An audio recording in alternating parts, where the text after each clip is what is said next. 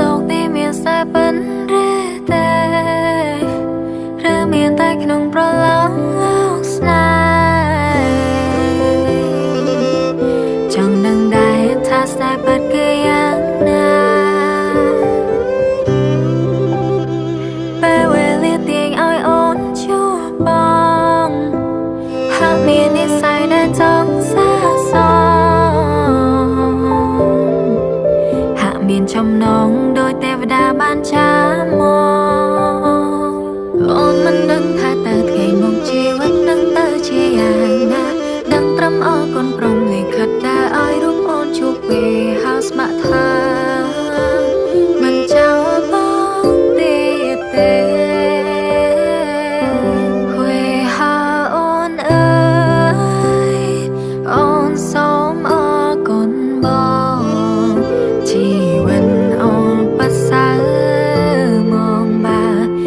បងរួមរស់ស្នេហាអរគុណព្រមលេខិនលងពិនមានចិត្តកាំងរណាផ្ដល់លាភេងនេះ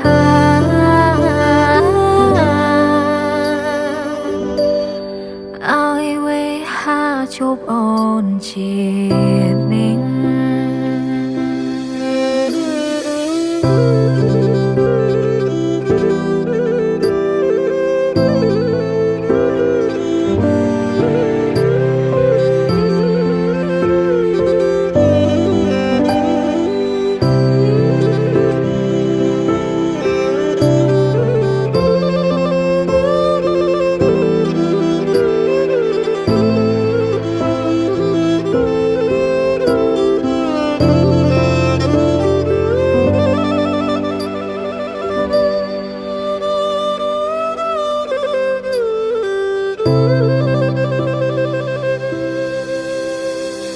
អូនមិនដឹងថាតើថ្ងៃមកជីវិតនឹងទៅជាយ៉ាងណាដឹងត្រឹមអរគុណព្រមលិខិតដែលឲ្យរូបអូនជួបពេលហើយស្ម័គ្រថា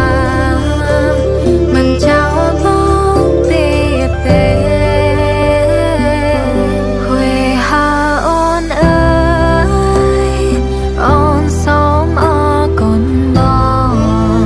ជីវិតអូនប្រសើរបានគ្មានបង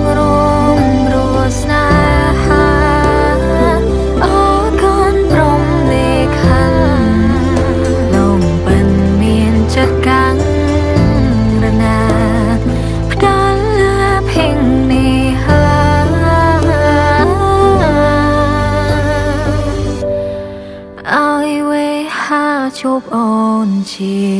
តិនេះសូមបួងសួងសច្ចាស្នេហាបងគ្រប់ក្រុមជាតិ